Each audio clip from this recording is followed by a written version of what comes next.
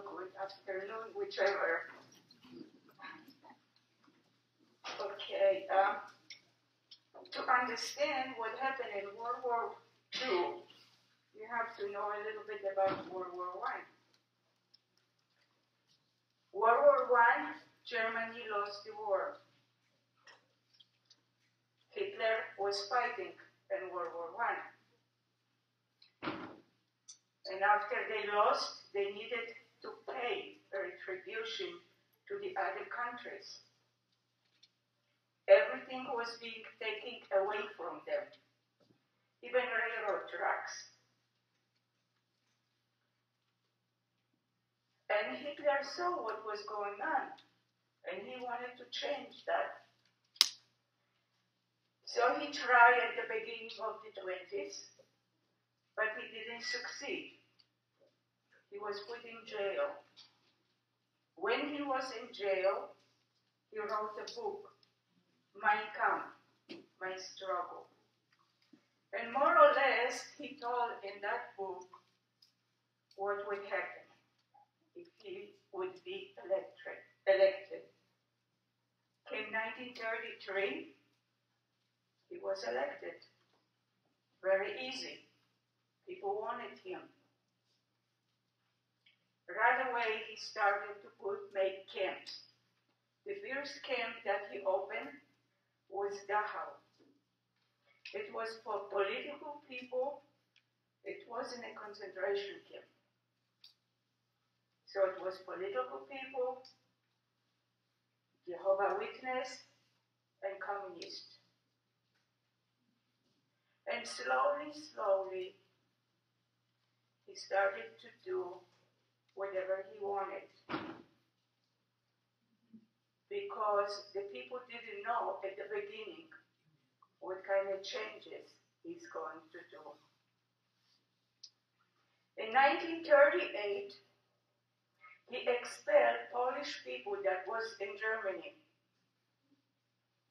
They took them to the border.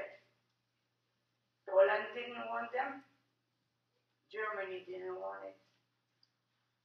So they were sitting on the border, no food, no shelter. And one family wrote to their son that was a Paris friend what was happening to them. So he, 18-year-old, decided to do something about it. So he went to the embassy and he killed one of their people. Because of that, there was riots in Germany and Austria. For 3 days and 3 nights, they used to pull out people from their houses, beating them, throwing them from second, third floor down, breaking all the windows in the Jewish shops. And those nights are being called the Kristallnacht, the night of the broken glass. But the thing is, for the Jews of Germany, it wasn't only the glass that was broken. It was the heart that was broken. And after all that thing, Hitler said, you have to pay for it because it was your fault. So they needed to pay for it. Of course, Austria went very easy to them. And then he decided to take Czechoslovakia, part of Czechoslovakia, because before World War I, that part belonged to Germany. And they figure, okay, if he's going to take that part, maybe he's going to be satisfied and he's not going to do anything anymore. But Hitler's appetite was very big. So in 1939, September 1st, he decided to go to war Poland. I was 5 years old. Now, before the war, I was going to a preschool. In that preschool, there was only 3 Jewish children. And every time I was called dirty Jew, every time that I was called dirty Jew, I would look at myself, I couldn't understand. Why? I was clean. I was even cleaner than the other kids. But that's how it was. I was called Christ killer. I didn't kill nobody. I didn't even know who Christ was. But in school, they would teach, and in churches, the preachers would preach that the Jews killed Jesus. But nobody ever mentioned that he was born a Jew. And it was really a religious Jew, and died as a Jew. So, one day, I was left in our apartment, and when I say apartment, it's one room with the kitchen in the back and the toilets in a courtyard. But the window was going on the street, so I could see what was going on. And all of a sudden, there was noise, plane flying over the city.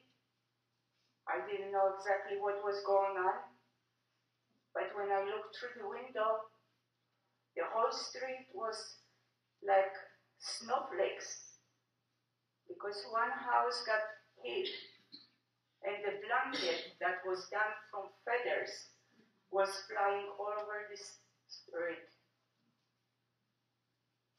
Our house in the back was hit. A woman over there got killed. And most of the time we would sit in a basement. The house would shake. The people would pray, hoping that the next bomb wouldn't fall on that house. That lasted for a whole month, day and night. Starvation started right away, because it's not like today. If you know that the stores, a storm coming, you go to the supermarket and you load out on food, and you put in a frigidaire. There was no frigidaires. There was not even ice boxes. So you used to buy one from one day to the next day. And most of it was bread.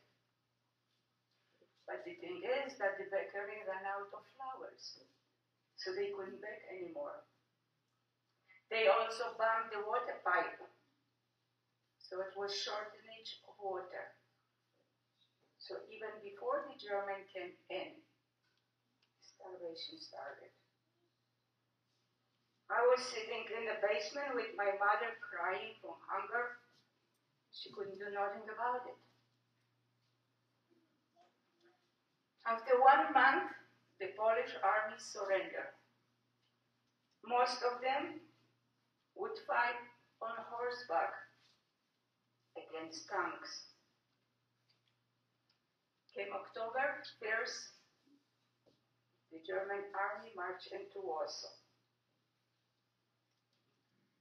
And knowing that the citizens are hungry, they say, we're going to feed you. But before we feed you, you have to beat the lice.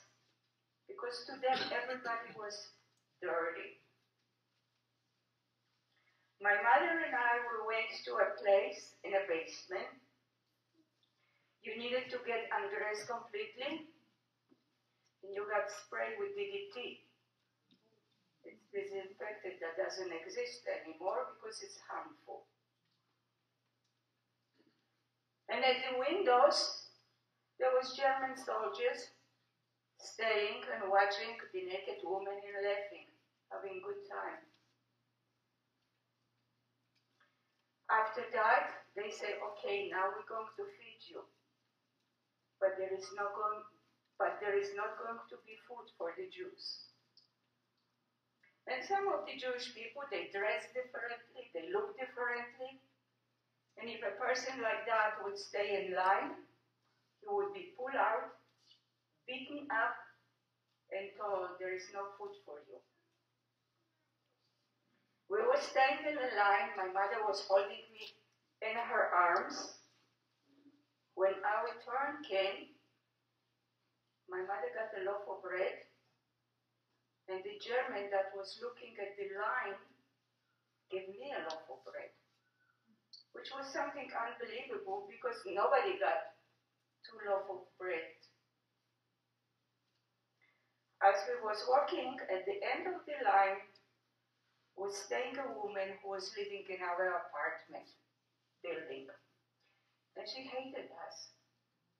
Every time that she saw my mother, she would say, look at that Jew woman. And that was not an exception. Say, look at that Jew woman. She has 2 loaves of bread. By the time it's going to be my turn, there'll be no bread left over. So my mother took 1 of the loaf of bread and gave it to her. She was staying with her mouth open. She didn't know what to say. Well, really, that 1 loaf of bread was not only for us, because across the street from us was living 1 of my grandmothers and 2 of my young uncles. 1 was 18, 1 was 15. The 18 was 6 foot, good build, good looking, strong, very big Polish patriot. And one day, it came an order that they was looking for workers in Germany. So he said, I'm strong, I'm going to go. So he volunteered. We got 1 letter from him saying, I'm working, everything is okay. A couple months later, we got another letter. We're very sorry. He got sick and he died. We didn't know any better, so we believed. And every day there was other orders. And it went like that. You only could have 2,000 zloty in a bank, and to feed your family, to have only 250 zloty. I don't know exactly how much it is on today. Around maybe $5. I always try to figure it out, but I can't. If you have gold, you have to give the gold away to the German. If you have silver, you have to give the silver away too. Doctors couldn't practice on Aryan anymore. Teachers cannot teach anymore. If you have a business, you need to give the business away. So it's no work, no money. Starvation started. And they decided to do calories. And the calories went that for the German, the Polish from German descendants, they used to get over 2,000 calories per day of food, which they needed to pay, let's say, like $3 for each calorie. The Poles used to get 700 and something calories, and they used to pay like, let's say, $4 a calorie. The Jews was giving 184 calories and pay for each calorie like $5. Less calories, more money. Not everybody could afford that. So So there was starvation. So this was not enough for the German. So they decided that they want the Jews in one section of Warsaw, close to railroad tracks. Well, they was planning that thing in Berlin before they decided on it. They gave us 3 days to move. Over 150,000 people to move from one section to the other. But the Jewish committee went to another city where was sitting the person that was in charge, and he was a German general, and he hated the SS and Gestapo, and he postponed it. So they gave us 2 weeks to move. My mother didn't wait. Right away, she decided to move. She was able to exchange our luxury apartment for another luxury apartment. When you put 3 single beds, that was the size of it. And we got another person to live with us. Because in every room, not apartment, in every room, there was 9, 10, or more people living. And there was more coming. Then they told the Jews, you have to build a wall around this section designated to be the ghetto. Some people was able to exchange their apartments in the morning. In the evening, they would find out that that street, they decided that it's not going to be in a ghetto. So they went out on the streets. And then they told the Jews, you have to build a wall around the ghetto. 10 feet high. The bricks for it you're going to take from the bum houses. You're going to clean those bricks and pay for them. And then you're going to have to put glass on top of the wall. And for the glass, also you have to pay for it. There was 13 gates. In each gate, there was a German soldier, Polish policeman, and a Jewish policeman. At the beginning, they allowed the people to get out because some did have some kind of business. But then all of a sudden, one day, the gate was closed. Nobody could get out. 8 people decided to leave, to go. They didn't believe that nothing going to happen. So they left to get some bread and potatoes.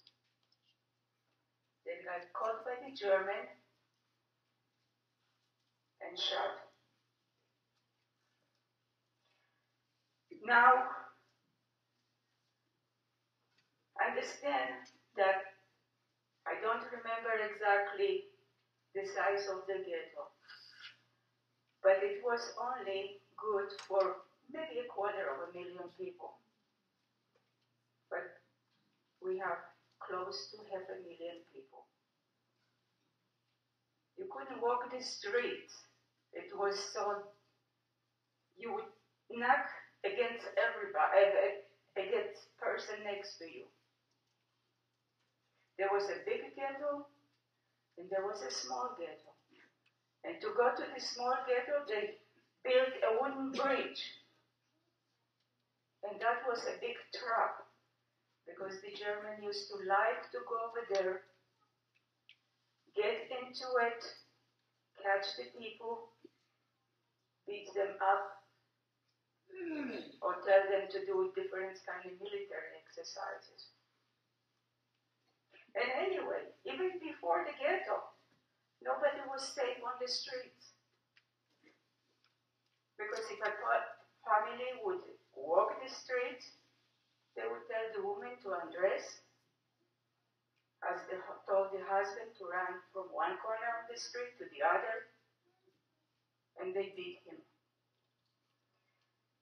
They told a guy to carry blocks of ice a whole day with bare hands. By the end of the day, he needed to have his hands amputated. They told a guy to clean the latrine. When he asked for rags, the German beat him up and told him, take off your clothes, clean the latrine with your clothes. And at the end of the day, he needed to put those dirty clothes and run home. A rabbi, who is like a teacher to us, they told him to spit on a Bible. When he didn't have enough spit left, the German opened his mouth, spit in his mouth, and told him, now spit again. So he wasn't safe on the street. He wasn't safe in a house either. Because anytime any German could come and take whatever he wanted, and if you objected, they would torture pregnant women, old people, or babies. So now, in the ghetto was not any better. Because anytime German can come and beat you up, kill you, do whatever he wanted. 7 o'clock was curfew. Anybody caught on the street would be shot. And if there was nobody on the street, just for fun of it, they would go to the houses and pull people out and kill them. Behind us, there was a prisoner by the name of Paviak. Anybody who went to Paviak never came back alive. I only know about one woman. Her name was Elena Sandler. She was a Polish social worker. She used to come to the ghetto and she used to smuggle children. She smuggled over 2,000 children. Every child that she smuggled out, she would write the child's name and put in a jar, glass jar, and put it in her backyard. And one day she got caught. They took her to prisoner. They tortured her because she belonged to her organization and they wanted the names of the other people. But even after all that torture, she never gave nobody up. She was supposed to be executed. But the Polish underground bribed one of the Germans and they let her escape. She was in her 90s when she passed away. And if you go on the internet and you put Irena Sandler, you would find her story.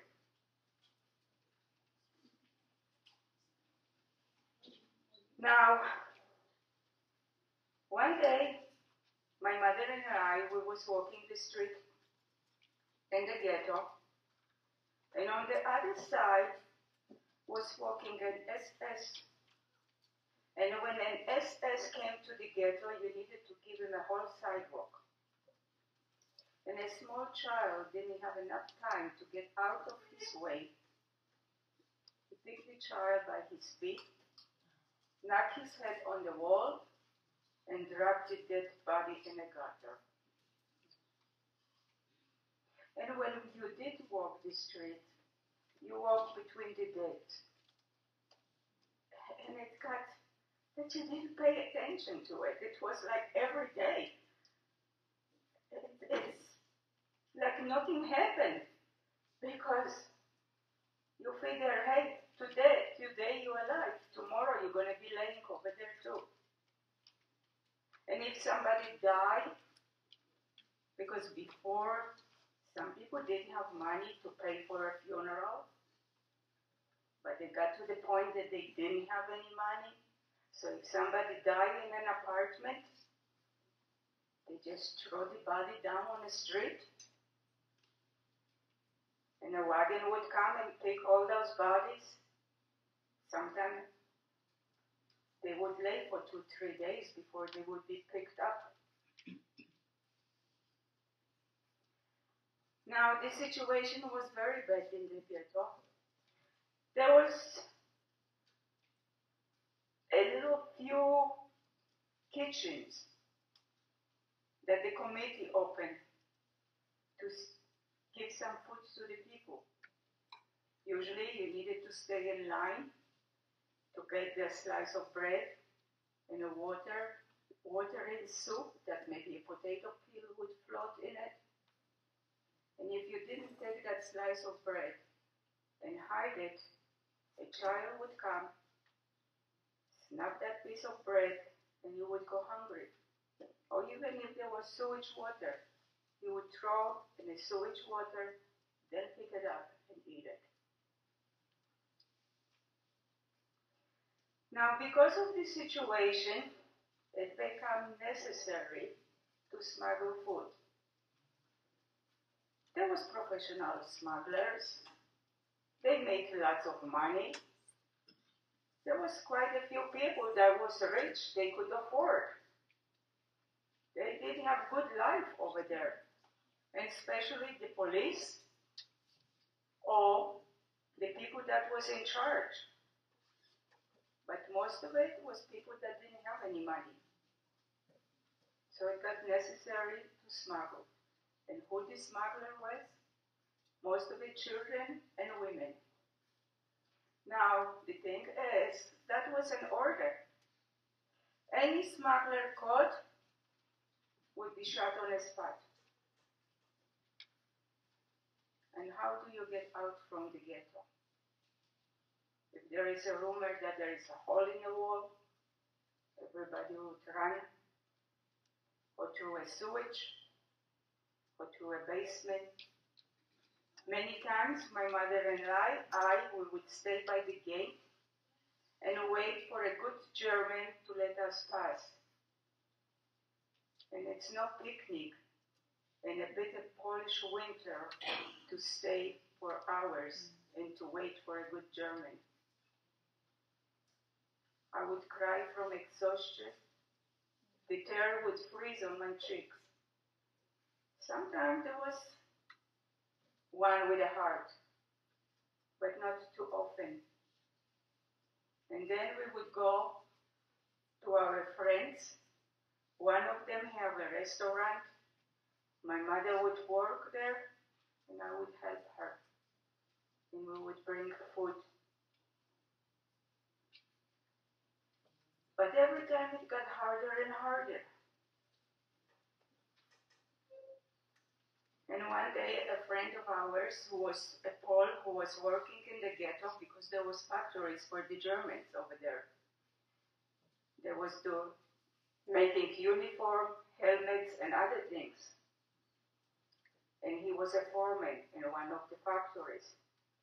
So he came to my mother and he said, I will take your daughter with me and bring her next day with food. So I went with him.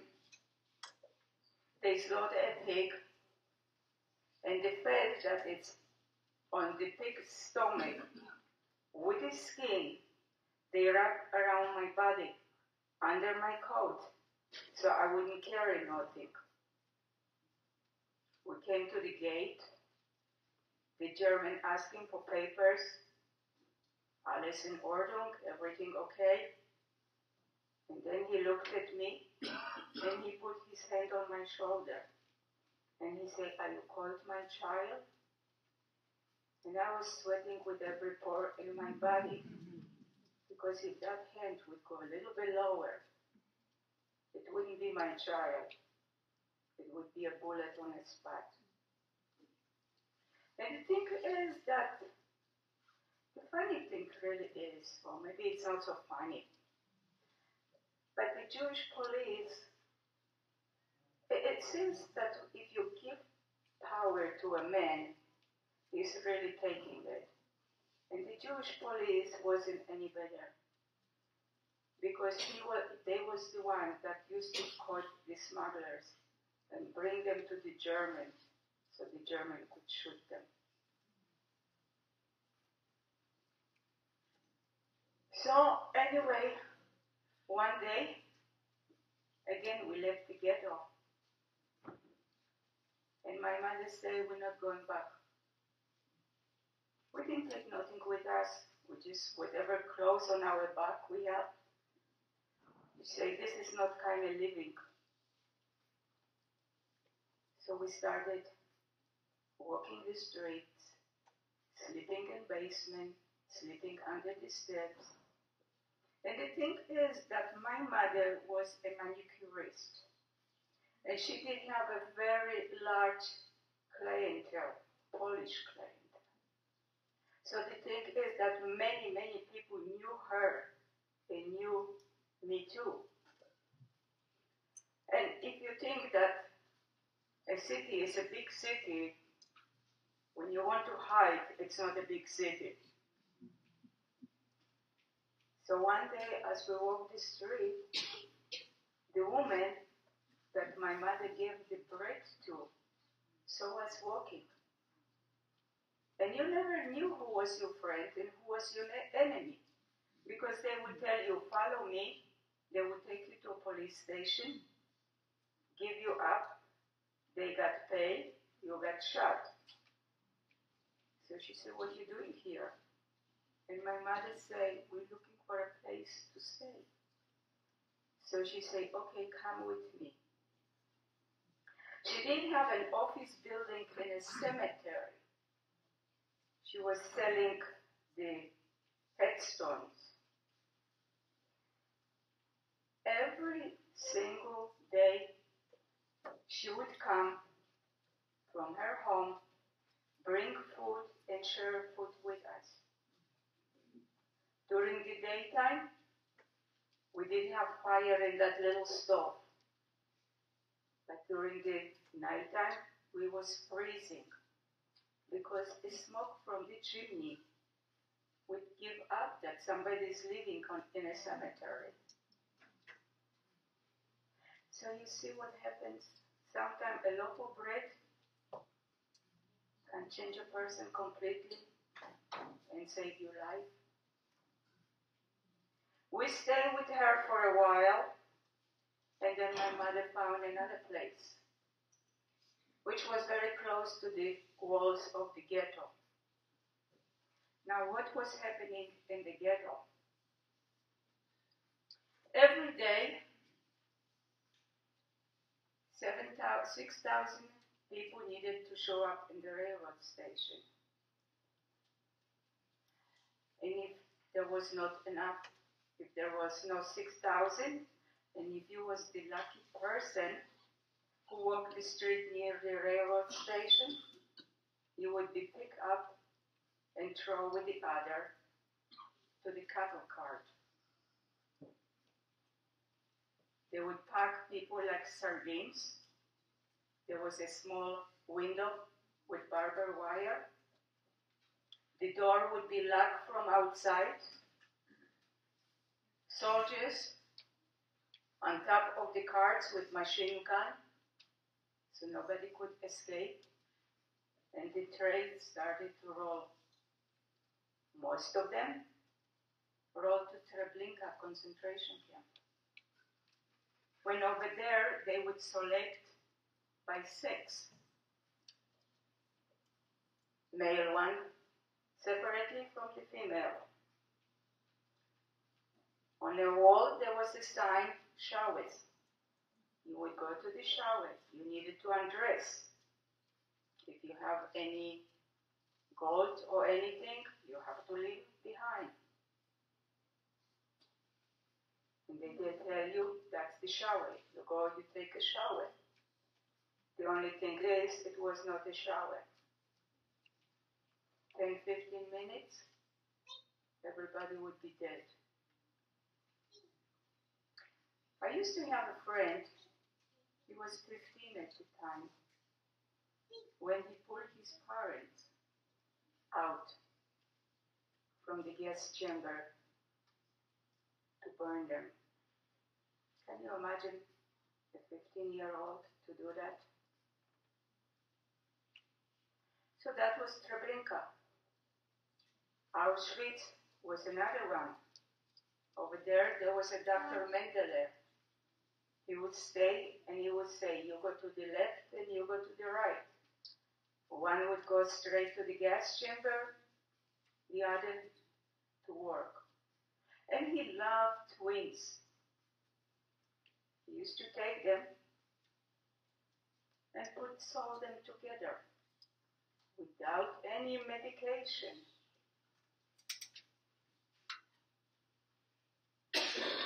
That was his purpose in life, it seems like. So the thing is, from 6,000 people, it went to 10,000 people, and so on. And Hitler, one day came to the ghetto, and there was still 55,000 people in the ghetto. And he said, I don't want nobody in the ghetto. I want the ghetto to be finished. Hitler's birthday was coming. He wanted to give him a birthday present. Warsaw clean of Jews. But the thing is, those 55 decided that they're not going to go like cattle. They organized themselves. They bought some guns on black market. They got some guns from the Polish underground, and they uprised. That uprising lasted almost a month. And everybody know about one of the leaders, which was Mordechai Anelevich. But nobody really know about another leader. He was a military person, was trained specially before the war. And he was also fighting over there. And only recently it came to know about him. Because what happened that after the war, when people went to Israel and tried to say this story, they only, at that time, the government was to the left. So they only wanted to hear the story from the people that was fighting on the left side. He was from the right.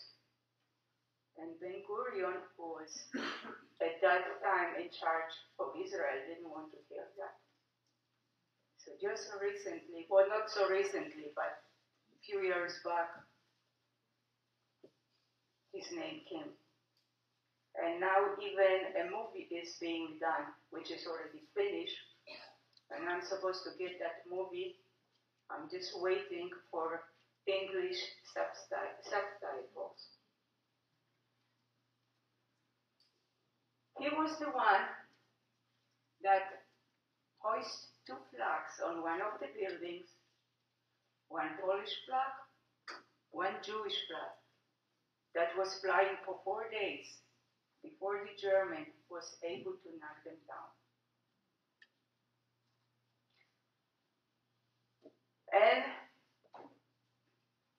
the German lost some people, so they decided to go from one building to the other building.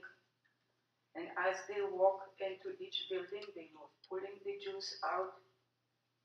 Some they shot, some they sent to camps. And one of the buildings was a cousin of mine. She was with another 4 women.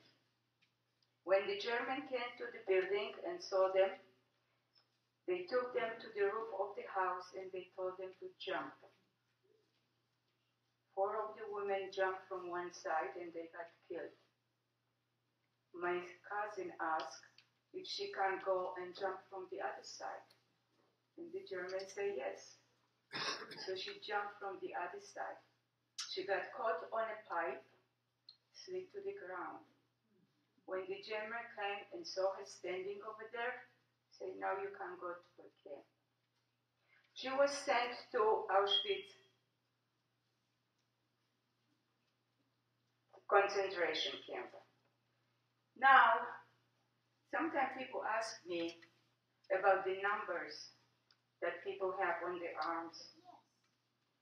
Only Auschwitz gave numbers. I have a friend, she is from Hungary. She was in Auschwitz. She was staying in line to get the number when the German didn't have enough ink to give her the tattoo. So she never got a tattoo. So she was the lucky one. So anyway, so they went from one house to the other. They was burning the houses and killing the people. After 1 month, there was nobody left in the ghetto, and there was no ghetto. There was no house standing. And it came an order that if any Jew would be found in any building, all the population in that building would be shot. So the people where we were staying told us, you cannot stay here anymore. So my mother found another building, another place.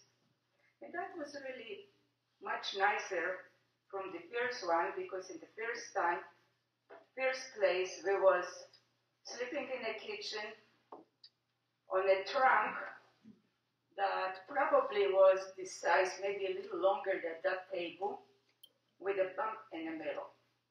Over here, in the new place, there was 3 rooms.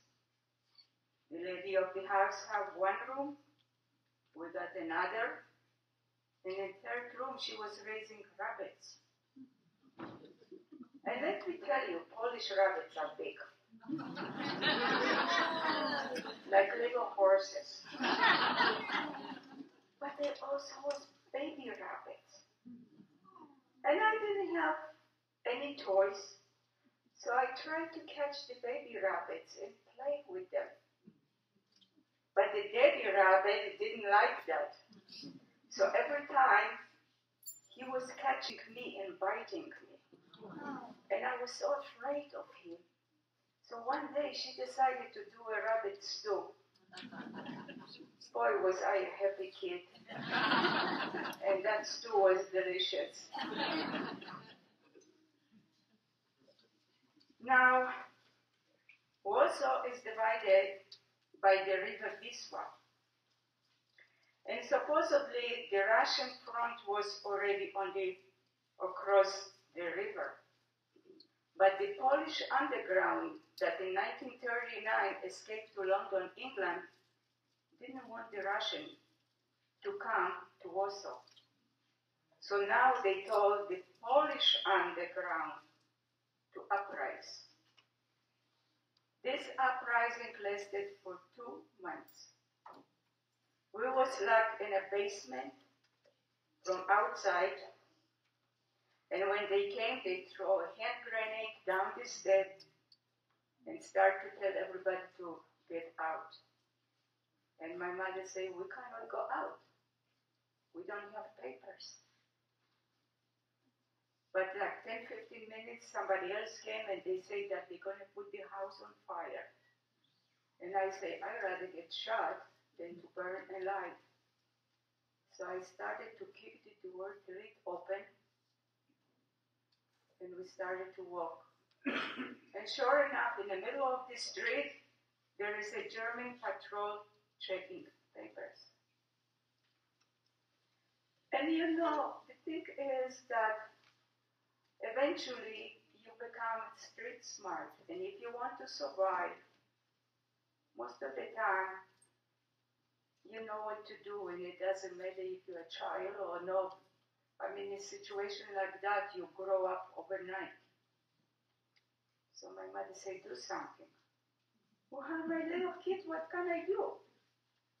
But I figured, what the heck? So I started jumping up and down, yelling, I need to go to the bathroom. I need to go to the bathroom.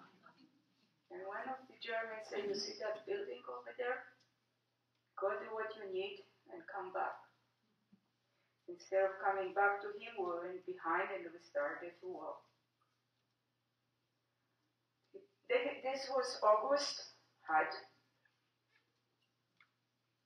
They put us in a church outskirts of Warsaw. And lucky for us that by the time they got to our building, they got an order not to kill, because before that thing, they called close to 250,000 people. So we stayed over there in that church, and there was only one German that was looking over everybody. And whoever came close to him, he would beat him with the butt of his gun. And then he got an order, and he said, okay, whoever wants to march today can march today, who doesn't, doesn't. So my mother said, go to him and ask him. And I said, if I'm going to ask him, if I go to him, he's going to kill me. But I don't know, when I was young, I was lucky. I'm not lucky anymore. If I go to casino, I lose. So I went to him, and he patted me on my head, and he said, go today, my child, because tomorrow it's going to be harder to walk. And of course, as we walk, nobody knew that we was Jewish, because that was the Polish uprising, and supposedly there was no Jews left anymore in Warsaw. So we started to march. And who was marching? You only saw old people, women, children. You didn't see any teenagers, you didn't see any men. And only one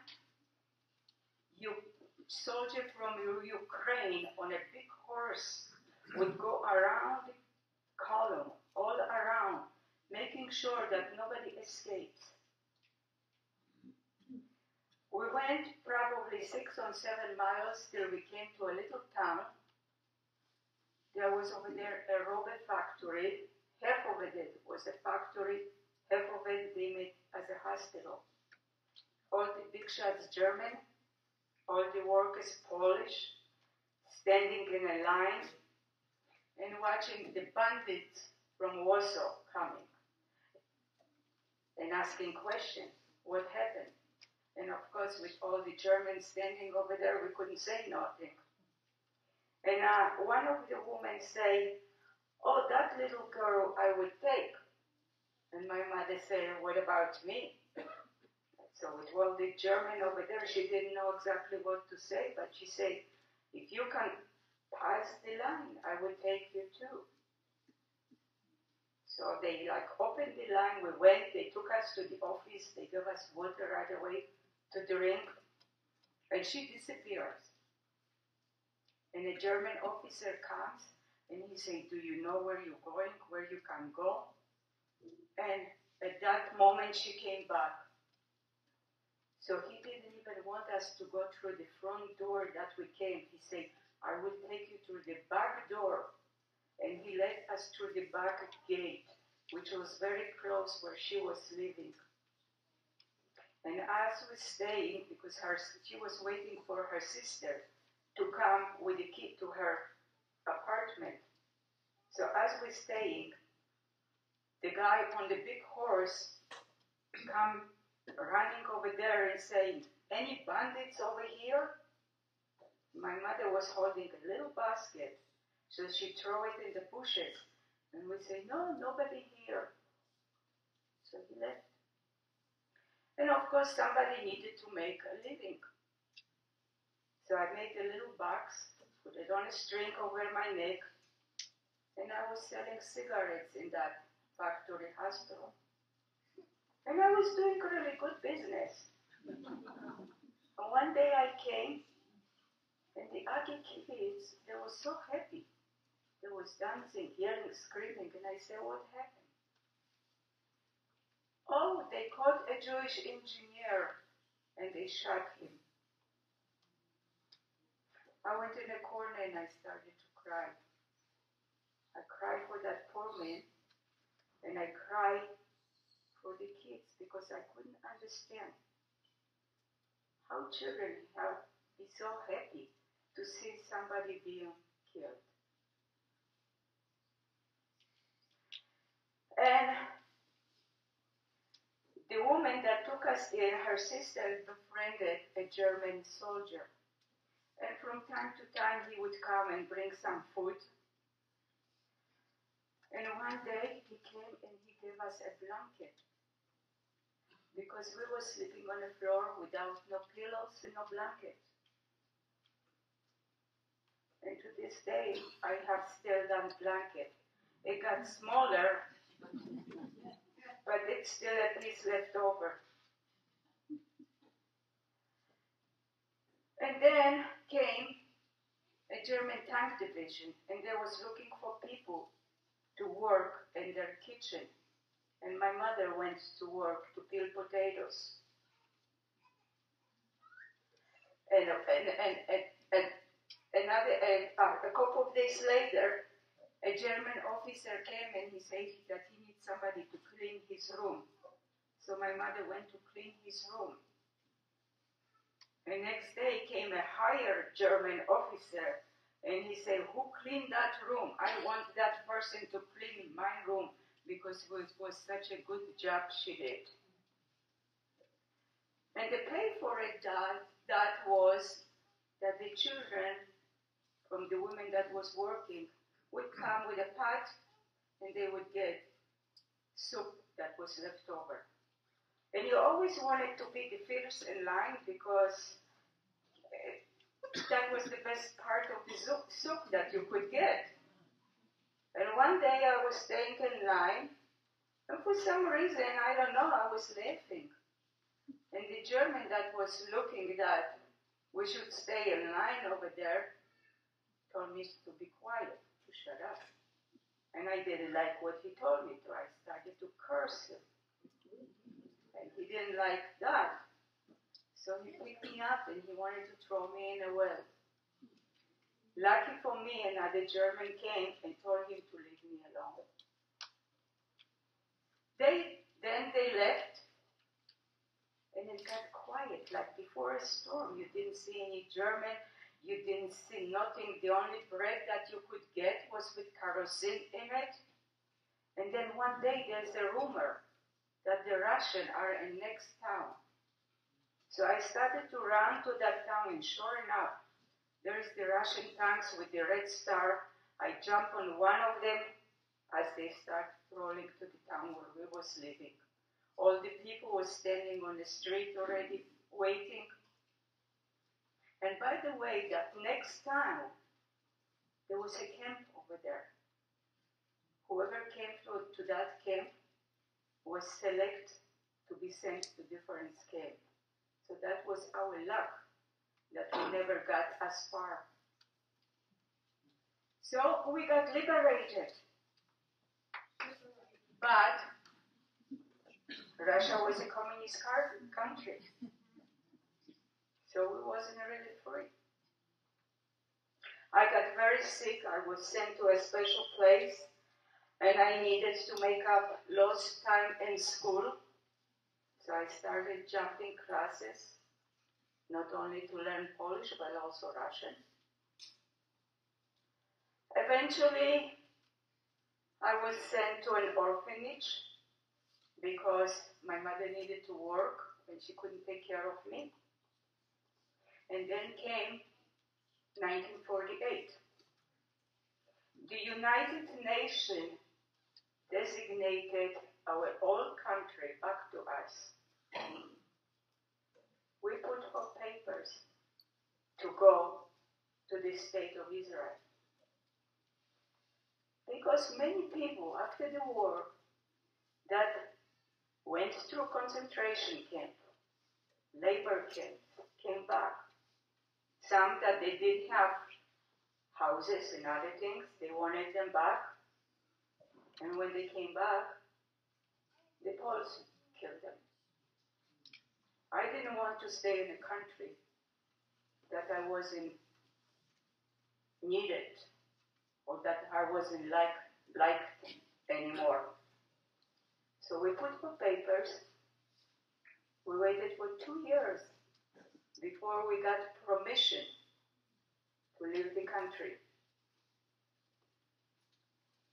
We left the country, we traveled through Europe, we took a ship, an Israeli ship, to Israel. That was a brand new country. Situation wasn't good over there. You could get 1 egg a week. But who cared? I didn't care. I was free for the first time in my life, which to me meant everything. Eventually, I got sent to a kibbutz, which is like a commune, but I didn't like the life over there. So every time that I got a day off, I would go to a recruiting station and say that I want to join the army. In Israel, you have to be 18. I was 17. So they didn't want to take me, but eventually they got so fed up with me that they say, if your mother signed the papers, we will take you. At the beginning, my mother didn't want to sign, but eventually she did.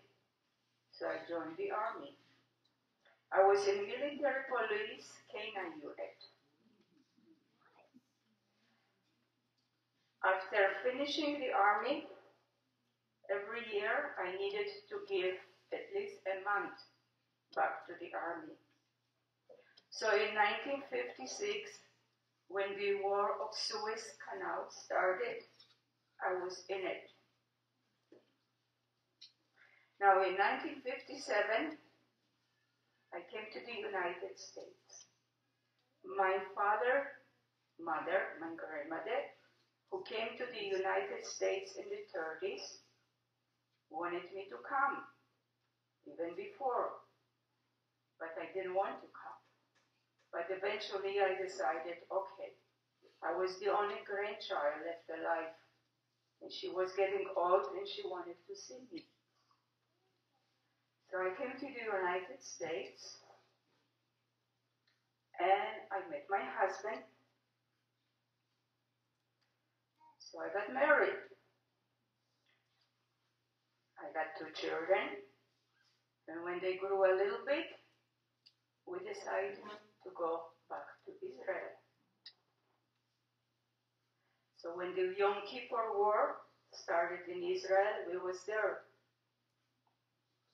And then, after some years later, we came back to the United States.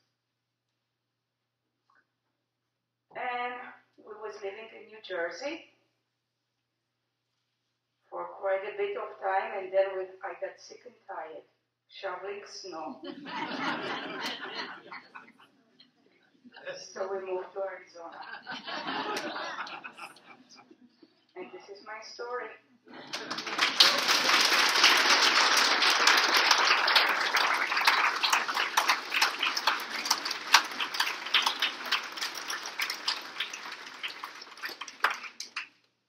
Any questions? Yes. You said that the numbers were only at Auschwitz. That's what? That when they tattooed the numbers on your The arm, tattoo, yeah. they only did it at Auschwitz. Auschwitz.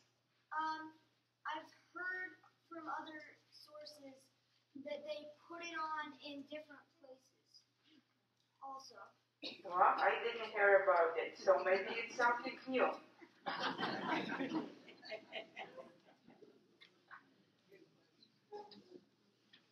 Where were they?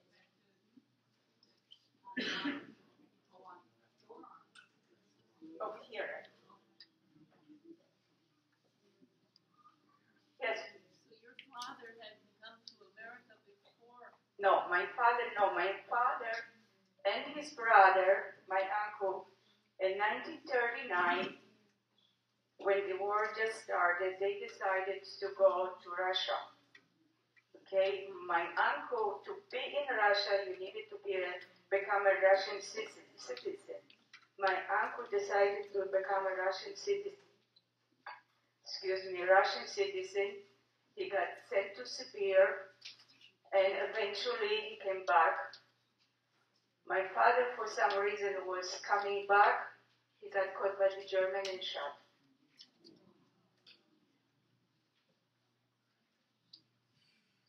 Yes. How many languages do you speak? Well, ask me better how many did I forget.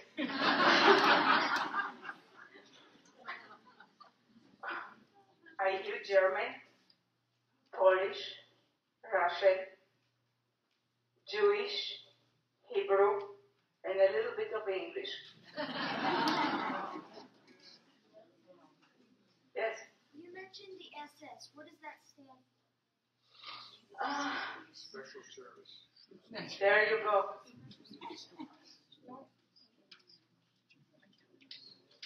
You know, as a child in Minneapolis, 1938, when I was just a little pup, but I remember the big bed of brown shirts that was marched down the street where we lived with the armbands. Yeah. And the common joke at that time, everybody thought was funny, was the fastest thing in Germany, the Jew on the bicycle. Even that was going on over here. I mean, they had the brown shirts, the black shirts, all with the Nazi armband. Oh yeah, there was quite a few people that wanted Germany to come to the United States. It's amazing to remember things that far back for me. Yeah, well, you probably wasn't so little like you're saying. Now, in 1938, President Roosevelt sent people to France to ask all the nations to come for a meeting. And at that meeting, they asked, who would take the Jews? Who do you think took any Jews? Nobody. Okay, you're right. Really, there was two countries. One was Bolivia, because there was a very rich person over there who came from Germany, a Jew, and he did bring 9,000 Jews. Another one was Dominican Republic, which the president of Dominican Republic said, I will take 1,100 Jews. But there was a thing going with it, that they needed to bring money. So at the end, only like 600 came to Dominican Republic.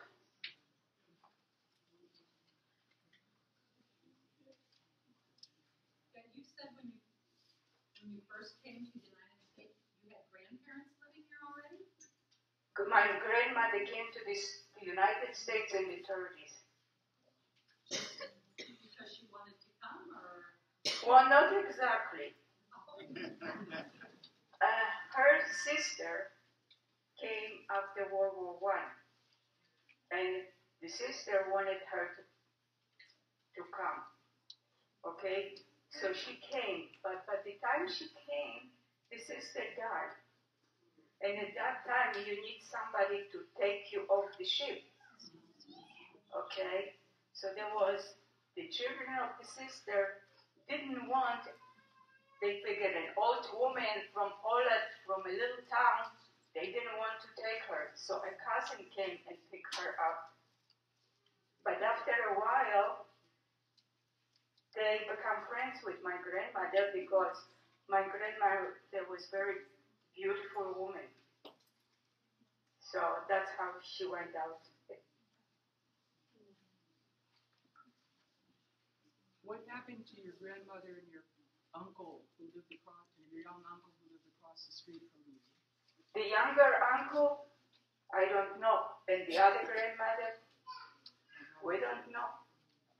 They probably was sent to one of the concentration camps with the rest of the family. After the war, I only have one uncle and two cousins left. Lucky for me that on my mother's side, some of the family after First World War left for Palestine. So I have the family over there. Otherwise, I wouldn't have nobody. Yes? Where are your children today? Hello, daughter. Okay. They live in Arizona? She lives here in Vista. And my son lives in New Jersey. He still shovels snow. Yes. I cannot hear you. You come here. When did your mother pass? Okay, my mother passed away in 2006 or 7. She was 2 months short of 99. But she was saying she is 100, and I say, no, not yet.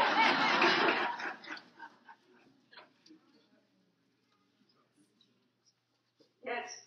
On Liberation Day, other than joy and happiness, what were the feelings that were mixed in?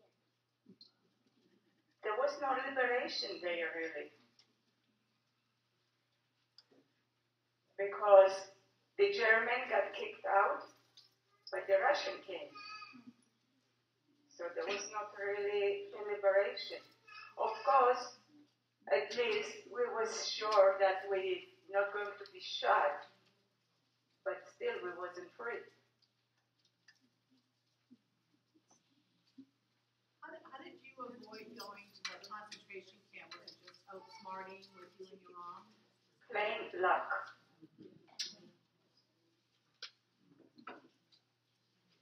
And that's some people are some.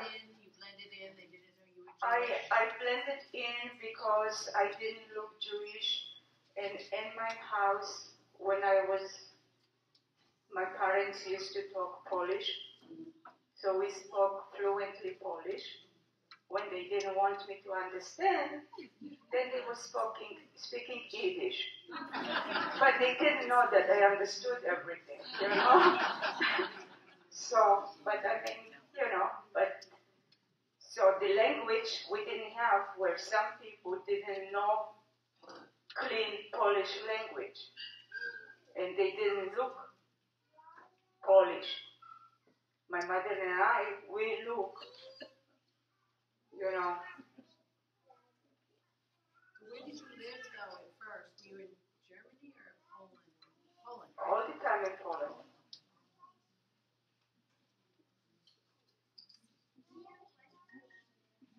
Yes. You come over here so everybody can hear you.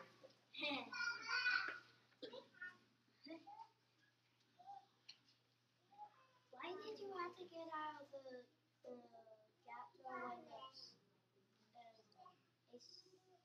when ASS came?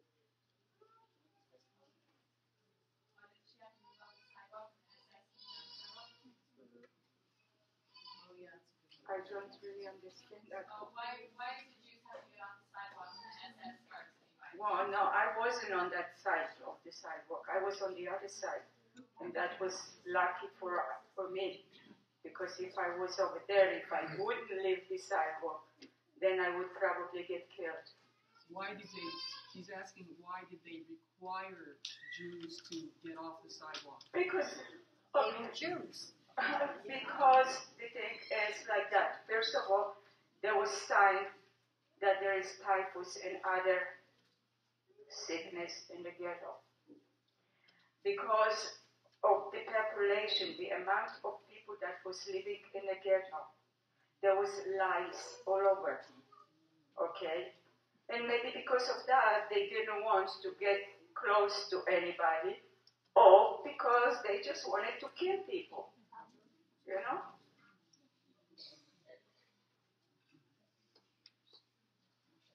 You cannot, read somebody's mind. Why? Most of them was mean, and that's what they try to do. They were raised that way. There you go. Hitler didn't start with the old people. He started with With the young people, absolutely. There was a lot of German that say Jews. Not all Jews were bad. All Germans were bad. No, absolutely no. But the thing is, they also got help from the Lithuanian, Estonian, Ukraine. They got help. The German wanted to stay alive.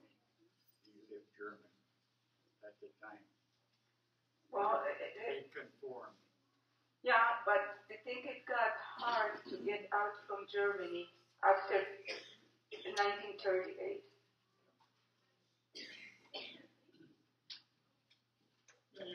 That's a very good point you just made. That anti-Semitism has been through the centuries. It's in the shadows, it comes out.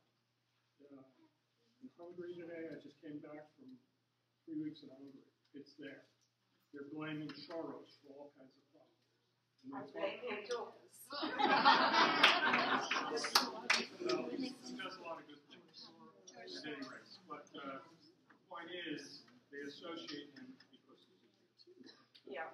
So I wonder what do you think now we've had in St. Louis and Philadelphia Jewish cemeteries desecrated? What are your thoughts on what's happening now? You don't going to stop that thing. I think maybe it's because in school they don't teach the history anymore, and people don't know what happened, and maybe that's the reason. It always starts, from small children. If you teach them the right way, they don't want to do anything bad. But now schools, they don't teach nothing. The teachers are afraid to teach. So, yes.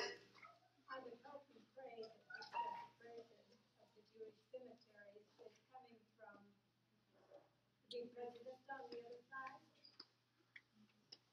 I hope it's coming from immigrants from Maybe I'm prejudiced on the other side. I would hope and pray that those Jewish cemeteries have been desecrated by immigrants who are from countries that are currently doing all they can to hurt the Jews, not to mention the Christians. I'm not so sure, but, who knows? Nobody really knows.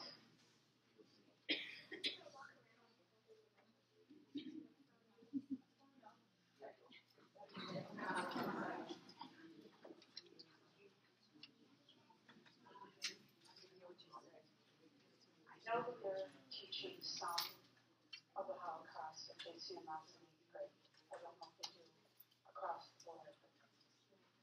I don't know if they do it across the board, but I know JCMS they have a curriculum for the Holocaust. for 8th graders, which we should talk about. But also, I tried to bring books into PBS because I ran a scholastic book fair when my daughter was there, and there were books on the Holocaust, and I was not allowed to bring them in. Wow. So there you go.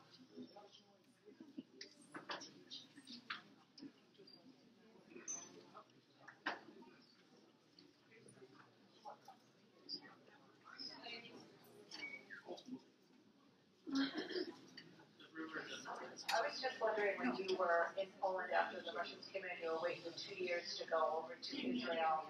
What was that like then? Did you still have to low profile? What did you have to? Well, I was busy going to school, so I didn't bother nothing. I mean, I needed to make up all that time that I didn't go to.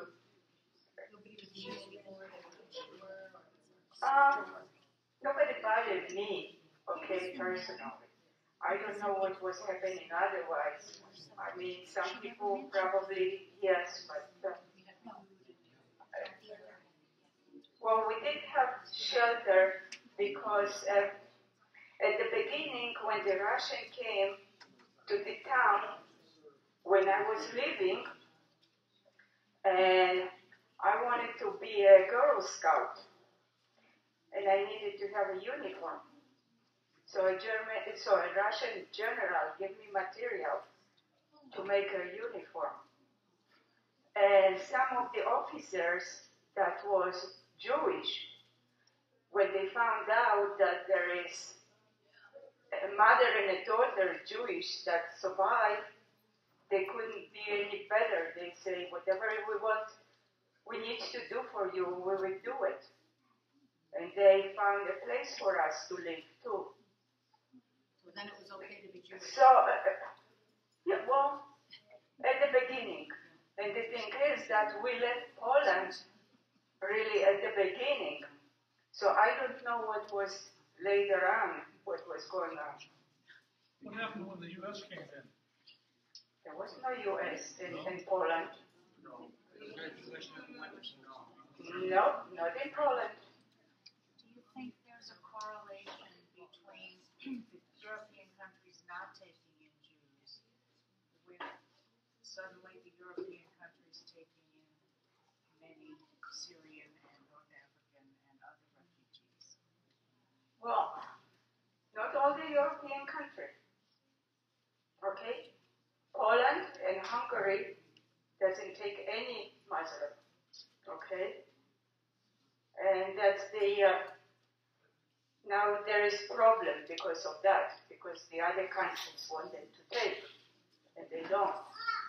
I think maybe some of the countries feel guilty, and maybe that's the reason why they're doing it. But the thing is, okay, is to feel guilty, but how far are you going to go with it?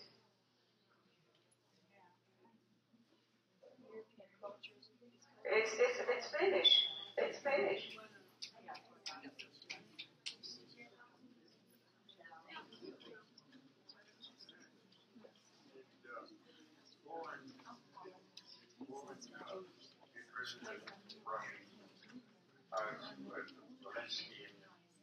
Yes, they did. Eventually, yes, they did.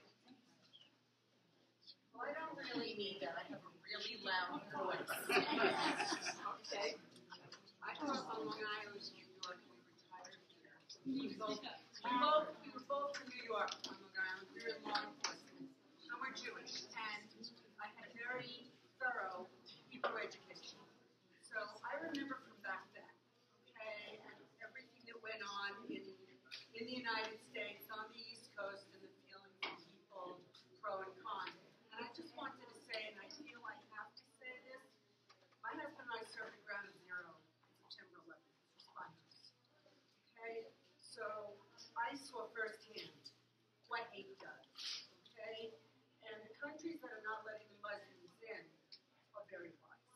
And I don't mean to be nasty or anything, but if you stood on that mound where that building was, and you knew people people who died as we did, the innocence that was taken away,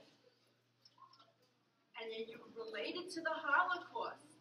If we forget, it will happen again. And if we let it happen, and we allow the Muslims in, and the other countries don't, it will happen because it is their dream to annihilate the Judeo-Christian race. I'm sorry that I have to say that.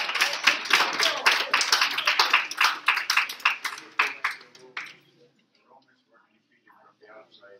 They were defeated inside.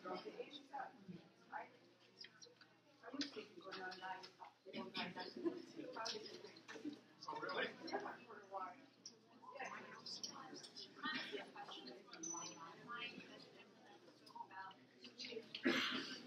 Becca's family never spoke about what they went through, so I just want to say thank you for coming to the story.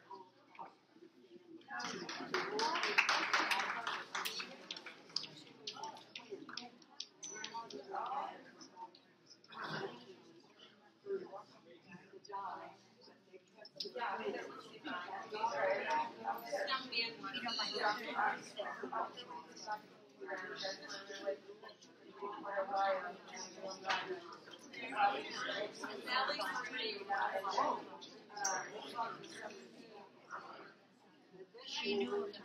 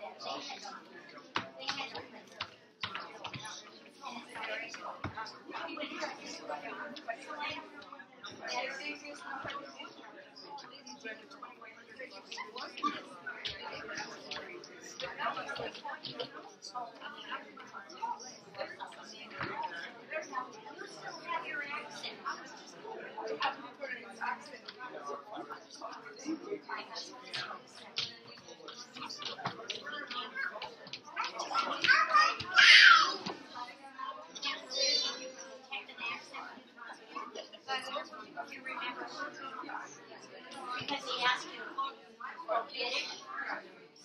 He said, if I had we speak a little bit.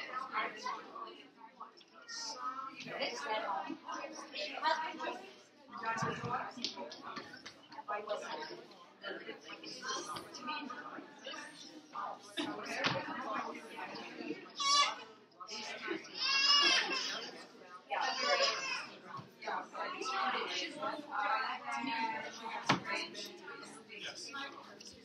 Here in the States, in red.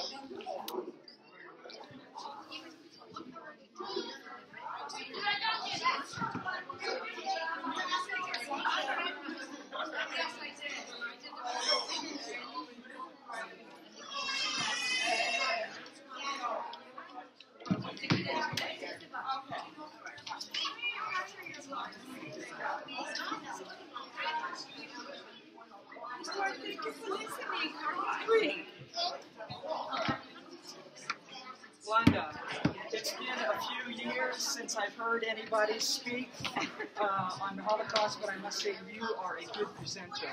You are probably the most interesting in your presentation. And to tell it from a story form of a little kid, it's really fantastic.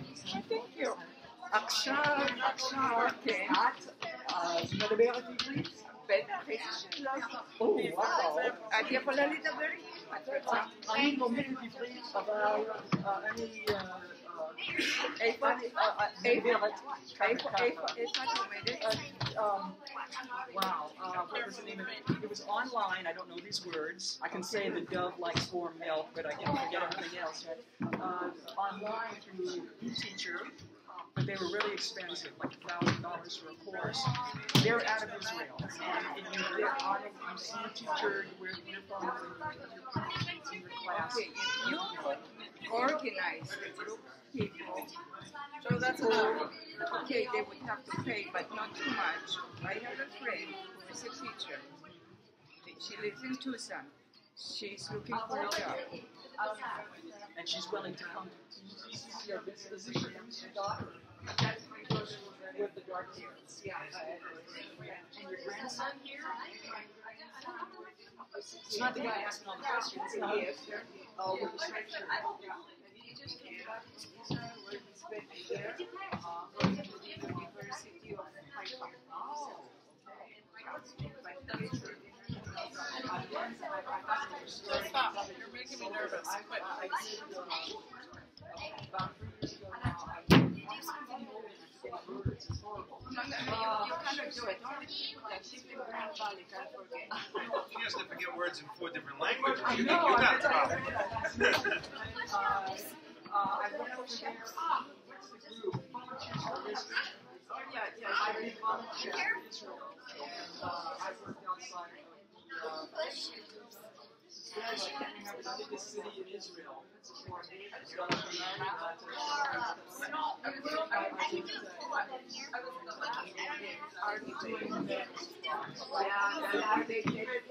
They put them all over So you have to take it out, the old one, and to put in Absolutely. new one. Yes. I never did that. I did so many gauze bandages. Because I do not volunteer for those things. May I help you? Thank you so much. Naima, what? נעים מאוד. Right now I'm doing memorize. And he must know, is it the Israeli army or American? No, he's Oh, just the American. So you did English classes or food classes in Hebrew? English classes. That's good. That makes it a lot easier for us Americans to get education. Trying to Do you have satisfy friends in college or friends in college? Right now I'm doing memorize. It's a free education.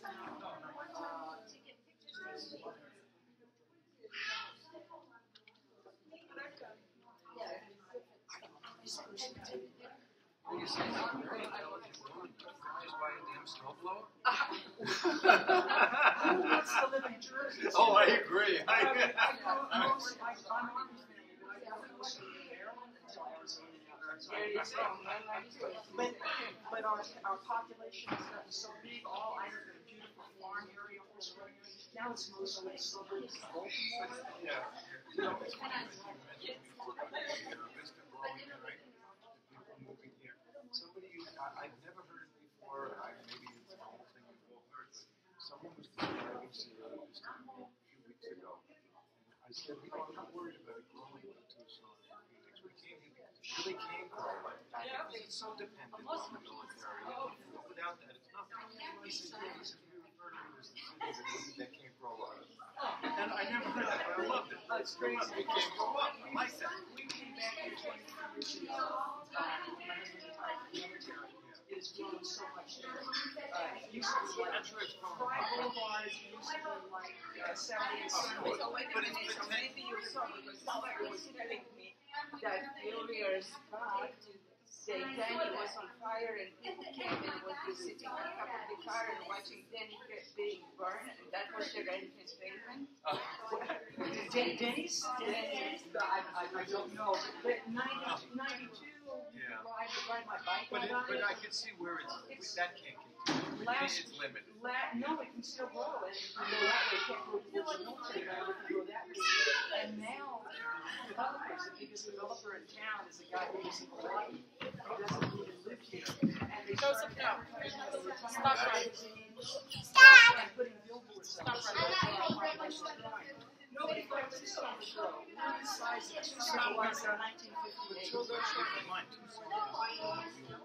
Closest to us. No, you may not. I live in our town. It's much cooler and nicer. Because it would be too far for me to go to Tucson. I felt getting out of a van the other day, and it messed up my hip. That's right, there are. Are you guys? You live in Tucson as well, right? That's right. She's living like across the street. Oh, okay. And I'm trying to get a good golf shot from her. I know, the traffic. I'm trying to tell your mom she should come live in town here, but it's true we don't have Jewish activity so much. We do have a lot of Israeli right now, but so we don't have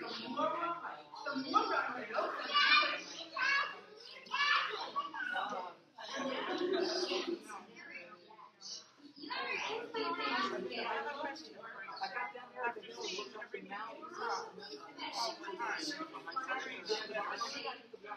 I was staying in a hospital for soldiers and stuff. It was down right in the big areas, down at the base. You come down the hill, all the way to the bottom, not a few blocks from the sea. Of course, there is a place like a hotel that soldiers I don't think so. I didn't hear any train overnight. It was a really nice place. I mean, the place that I stayed for, I was doing volunteers for the They did that to me once on my job. They said, I don't want to you work here? And I walked, I really managed to not do this.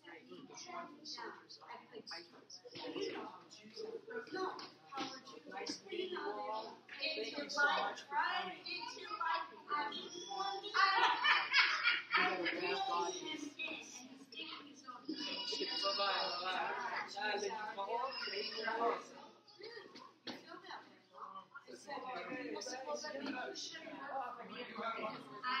Lori, do me a favor.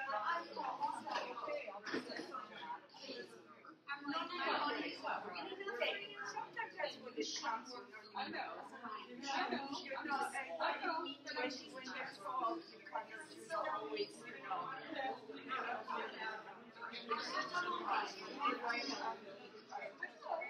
I'm just saying.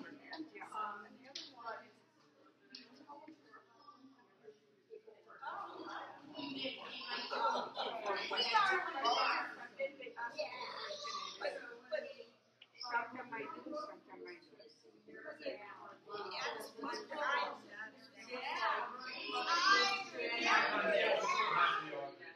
I did exactly. What haven't you seen yet? What's your favorite place? See, you're right, Vista. What made you move here? Well, what made you move here? There's no church community. I'm sorry. I mean, I've got lots to relatives. But that's what I figured. Traveling around. No, wait, not Maricop. Sorry, just love Mauritius. Mauritius. Yeah, okay. Maricop was there so much advice. Was she already?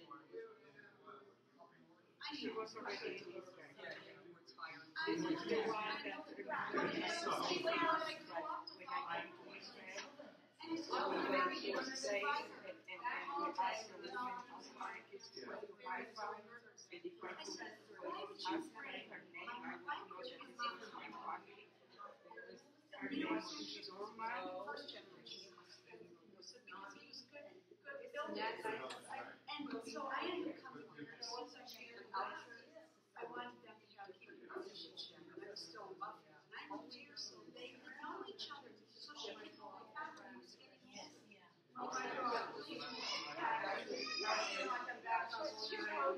is going on, because I can't live here, because we either say everything, you know, it's a lot. And it takes only to Phoenix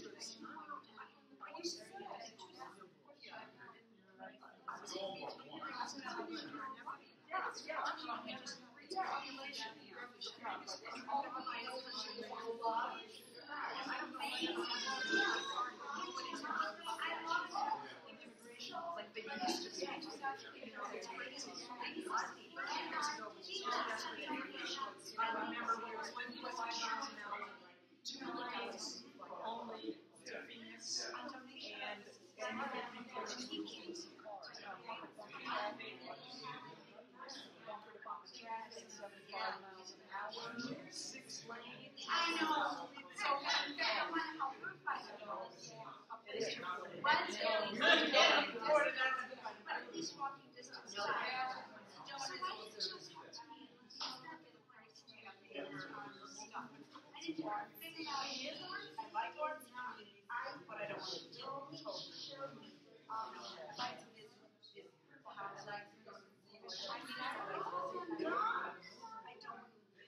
That's right. The hills are always like so.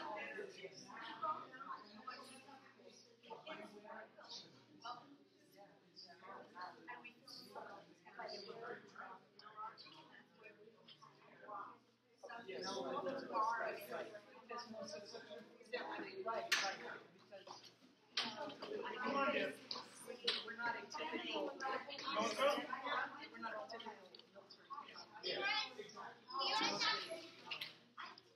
Like we're on base office. No, this is my phone. Get on the phone.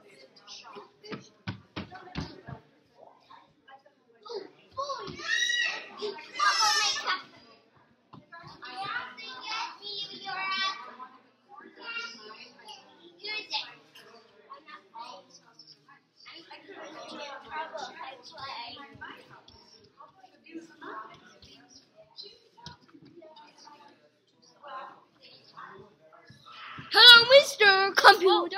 Don't do that, okay? It's still recording, you know that?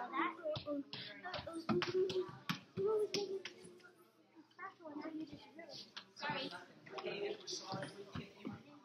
I want to go back. Don't send anybody else there. No, see, that's the place where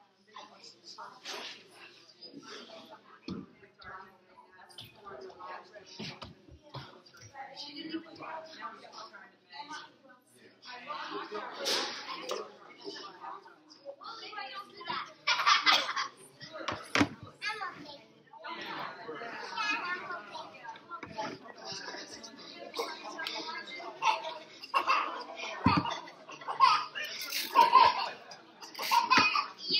Be careful, don't hit your head.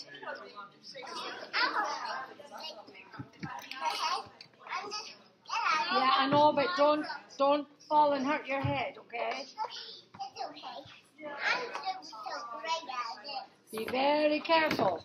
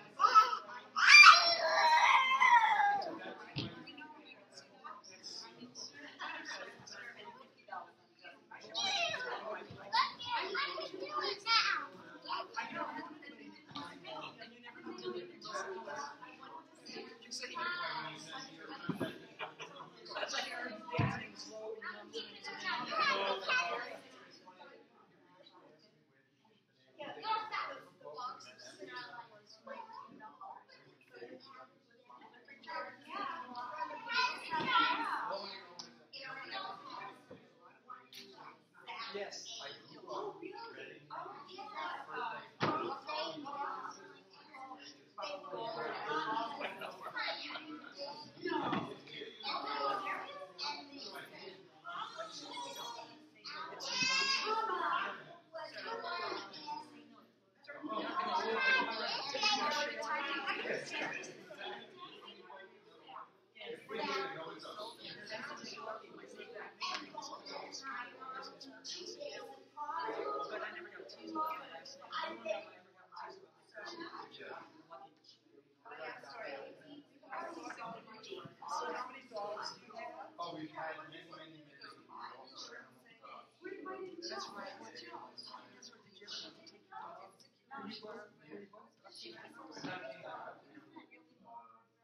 Catchers, don't catch them.